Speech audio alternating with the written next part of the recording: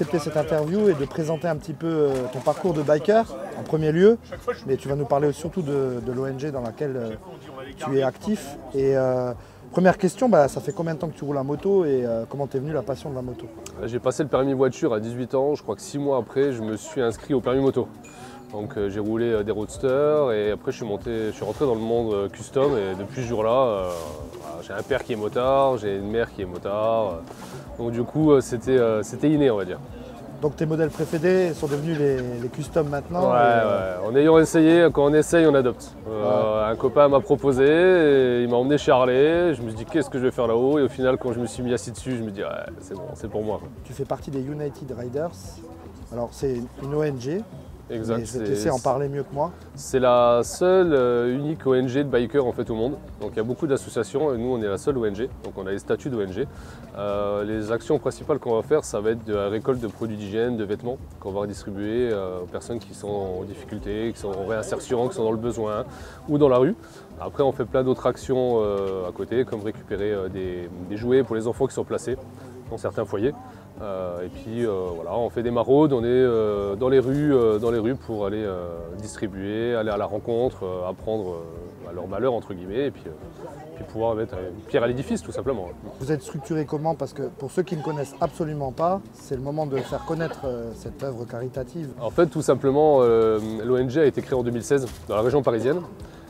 Et on a commencé à se développer en ayant une antenne par département. Donc on est à peu près présent sur un peu plus d'une vingtaine d'antennes en France. À savoir qu'à côté, comme tu disais, on ne fait pas de charity business. Ça veut dire que tous les dons qu'on récupère, c'est nous-mêmes. Nous, on est les premiers à faire le tri dans nos armoires, nos connaissances, nos familles, et après les gens qui viennent vers nous, qui nous redistribuent en fait tous ces dons-là. Donc il faut savoir qu'on ne travaille pas l'argent, le peu d'argent qu'on va pouvoir récupérer, ça va pouvoir réinvestir tout simplement dans des tonnelles, dans de l'affichage ou tout simplement dans des dons. 20 € donnés, c'est peut-être 20 boxers chez Action par exemple. Donc voilà, c'est ce genre de choses que nous on peut récupérer. Pareil pour les jouets, après on essaie de faire des partenariats. Donc c'est un peu plus compliqué avec des professionnels, mais on aimerait bien avoir des partenariats chez les imprimeurs, des partenariats dans les grandes surfaces ou même dans les magasins de jouets. Pour pouvoir récupérer ou des invendus, des choses comme ça serait intéressant. Mais on est une ONG. Donc en tant qu'ONG, avec ces statuts-là, les personnes qui souhaitent défiscaliser peuvent nous faire des dons qui nous permet forcément de pouvoir accroître nos produits qu'on va redistribuer, nos produits d'hygiène, vêtements. On fournit un CERFA qui permet aux gens, sur un don, de pouvoir récupérer entre 60 et 66% de ça. D'accord. Tu disais sur le territoire une vingtaine d'antennes, c'est ça? Ouais, c'est ça. Comme ça, j'ai le bon terme? C'est ça, exactement. En fait, nous, on est sur l'antenne mosellane, donc dans le 57. Après, les antennes les plus proches, on va avoir dans le nord de la France, on va avoir du côté alsacien, et puis on va en avoir un peu partout, jusque dans le sud. À savoir qu'on a ouvert aussi au niveau international, simplement une antenne en Espagne. Donc on a actuellement les United Riders Espagne qui ont été ouverts aussi. Donc United Riders, c'est un nom anglophone, mais en fait c'est plutôt français à la base en termes de création. Exactement, il faut savoir que le monde custom ou le monde biker est venu forcément des États-Unis et de cette culture-là. Pourquoi United? C'est tout simplement parce qu'on n'a pas de territoire. On va là où les gens ils ont besoin de nous, donc plus on est présent et plus on peut venir en aide à ceux qui en ont le plus besoin. Et sur le secteur de la Moselle d'ailleurs, c'est quand même un grand territoire, la Moselle, c'est pas un petit département. Vous vous organisez comment concrètement pour aller à la rencontre des personnes démunies et les aider? Nous, les membres qu'on a dans l'antenne sont sur le grand axe entre Thionville, un peu plus Vallée de la Fench, jusque derrière Metz. Donc ça nous laisse l'opportunité de couvrir vraiment un grand axe en fait mosellan, surtout là. Après, avec l'expérience qu'on a depuis maintenant 3, bientôt 4 ans, on a réussi à se rapprocher d'associations, de mairies, d'organismes comme le Secours Populaire, choses comme ça, qui ont pu tout simplement nous dire les endroits où il y en a le plus besoin, les différents foyers qui sont sur les secteurs et les différentes villes où il y a besoin. Si je comprends bien, vous allez faire des maraudes, ça je vous ai suivi et j'ai pu voir concrètement dans les rues de Metz comment ça peut se dérouler. Mais vous avez des points fixes dans les foyers où vous allez aussi accompagner... Exactement, donc en fait on ne peut pas non plus être partout, donc on essaye de se diviser au maximum, donc être présent au maximum là où il en a besoin.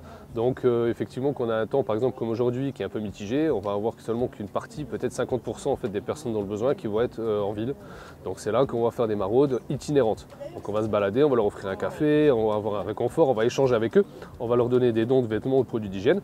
Et hormis ça, on va avoir des points fixes comme là actuellement en fait, dans les différents foyers.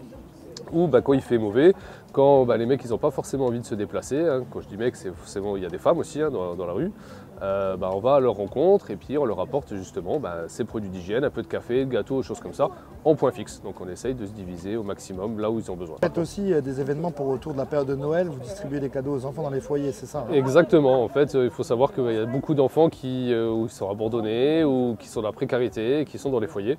Donc on appelle ça les foyers familiaux ou tout simplement les foyers de l'enfance. Donc on travaille depuis déjà pas mal d'années avec ces différents foyers, justement pour leur permettre d'avoir on va dire un semblant de Noël. Donc on vient avec les motos, on a notre Père Noël, on a nos lutins, et puis ils ont chacun leur cadeau attitré, à leur âge, à leur nom, à leur sexe. Donc on travaille en amont avec ces foyers où on reçoit des tableaux avec tout le détail de chaque enfant, pour justement avoir vraiment des cadeaux adéquats à ce qu'ils ont besoin. Et pas tout simplement un cadeau unisexe qui ne va pas forcément faire plaisir à l'enfant. Donc on vient sur place, ils voient les motos, ils voient le Père Noël, ils voient le sapin, ils voient absolument tout. Et ça, c'est de l'or en barre, hein. Vous leur créez une petite parenthèse clairement. Dans leur monde, dans leur vie difficile. Ouais. Clairement. Je pense que c'est important. Un regard où les enfants, quand on leur donne des jouets et qu'on se rend compte, moi je suis papa de 2 enfants, j'apprends à mes enfants tout simplement à se dire tout ce que vous avez, c'est pas du acquis. Et quand on voit des enfants qui n'ont pas de Père Noël, qui voient le Père Noël et qui ouvrent des cadeaux et que c'est parfois pas grand chose, mais on voit dans leur regard, en fait ça n'a pas de prix. On ne se rend pas compte que la jeunesse peut vite s'envoler. Et dans le monde où on vit, donc pour nous c'est peut-être pas grand chose, mais quand on voit ce qui nous rend rien qu'à sourire, on sait pourquoi on le fait, quoi. Ah ouais, c'est génial en tout cas. Les gens ont besoin de confiance. Oui. Donc c'est notre seule façon en fait à nous de pouvoir leur montrer qu'ils peuvent nous faire confiance. Beaucoup de gens sont venus nous voir en nous disant oui voilà, on préfère vous les donner à vous que les mettre dans les conteneurs parce que dans les conteneurs on ne sait pas où ça va. Avec vous on sait où est-ce que ça va. Oui, parce que nous on prend, on trie, on replie et on redistribue. Et donc on n'est pas obligé d'être biker pour s'intéresser aux United Riders, même si la couleur est motard, mais c'est très sympa. Et donc c'est tout simplement une passion qu'on partage entre nous et on a mis en fait cette passion au sein du caritatif. Après, à côté de ça, effectivement, il y a beaucoup de gens qui apprécient ce qu'on fait et ils ne sont pas du tout motards. On a des femmes qui sont avec nous, qui sont réservistes ou non et qui adorent ce qu'on fait. Ils adorent tout simplement l'ambiance aussi qu'on met dedans parce qu'il faut pas. On est une bande de potes qui devient une famille, hein, il ne faut pas se leurrer et on s'éclate. On ne se prend pas au sérieux et c'est comme ça en fait qu'on aime ce qu'on fait. Et donc du coup on n'est pas obligé de rouler sur du 2 roues pour venir avec nous et bien au contraire, plus on est, mieux c'est.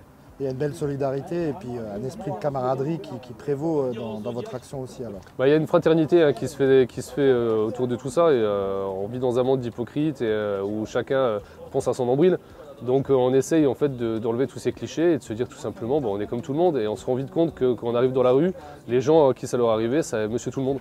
On est là, on a une maison, on a une famille, une dépression, partir au chômage ou la perte de son emploi, on peut vite se retrouver comme eux. Puis on essaye de tout mettre de côté et puis ça nous fait du bien aussi de pouvoir voir qu'on sert à quelque chose tout simplement. Je rebondis en parlant de ça, tu as des anecdotes peut-être à raconter de gens que tu as rencontrés lors de maraudes ou lors de points fixes et ça t'a marqué de voir que c'est ces profils de gens-là qui se sont retrouvés un jour tellement démunis?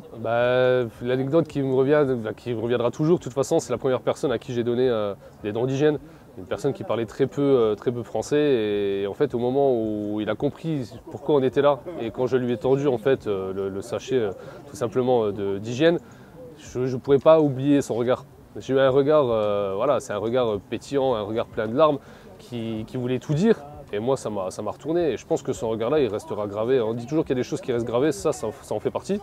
Et on remet un peu, pas tout en question, mais quand on arrive chez soi, on apprécie un peu plus notre confort et on râle peut-être un peu moins sur ce qu'on a et on se rend vite compte qu'en fait, on n'a pas à se plaindre comparé à d'autres qui se plaignent des fois même moins que nous. Et ça marque. Dernière question en fait un peu globale, mais c'est quoi vos projets pour le futur? Est-ce que tu as des projets que tu voudrais communiquer ou des choses dont tu as envie de parler? Justement, en fait, le week-end du 20 et 21 septembre 2025, on va organiser le premier rassemblement United Riders 57, tout simplement, donc au centre de Guénange, dans la place de la mairie à Guénange, où l'entrée sera totalement gratuite, mais ça permettra de nous connaître et de récupérer en fait des dons d'hygiène, des jouets, des vêtements.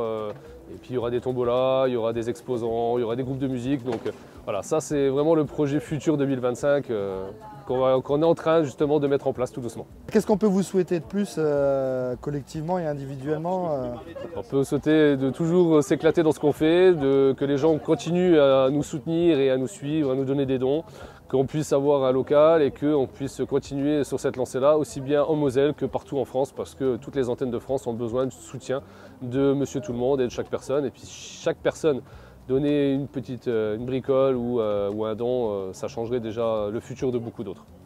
Et comment on peut vous suivre? Parce que peut-être les gens vont regarder la vidéo et vont se dire mais comment on peut les joindre? Comment on peut les rencontrer Alors on est sur les réseaux sociaux, donc on a le site officiel unitedrider.org.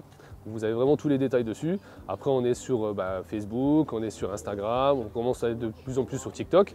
On a une application qui a été mise en place aussi, United Rider, donc où vous avez toutes les dates des différentes maraudes, vous avez des boutiques, vous avez vraiment toutes les dates vont dessus. Et puis sur l'antenne de Moselle, on a tout simplement l'adresse mail unitedrider.ms@gmail.com, tout simplement. Voilà. Comme ça on peut écrire directement si on est mosellan. Exactement, si on est mosellan, si on veut faire des dons, si on veut avoir des questions sur les maraudes, nous suivre ou pour autres questions, il ne faut pas hésiter à savoir que sur le site officiel, peu importe où est-ce qu'on est en France, on a le numéro de téléphone de chaque responsable d'antenne en France en fonction de là où on habite. Voilà. Génial, je mettrai tout ça en description de la vidéo comme ça. Parfait, un grand merci. Je te remercie Jérémy d'avoir accepté cette interview, d'avoir accepté de me laisser vous suivre. Et puis comme ça les gens verront concrètement en images qu'est-ce que vous faites au quotidien, enfin régulièrement et j'espère que ça continuera longtemps. On se le souhaite, en tout cas merci pour tout.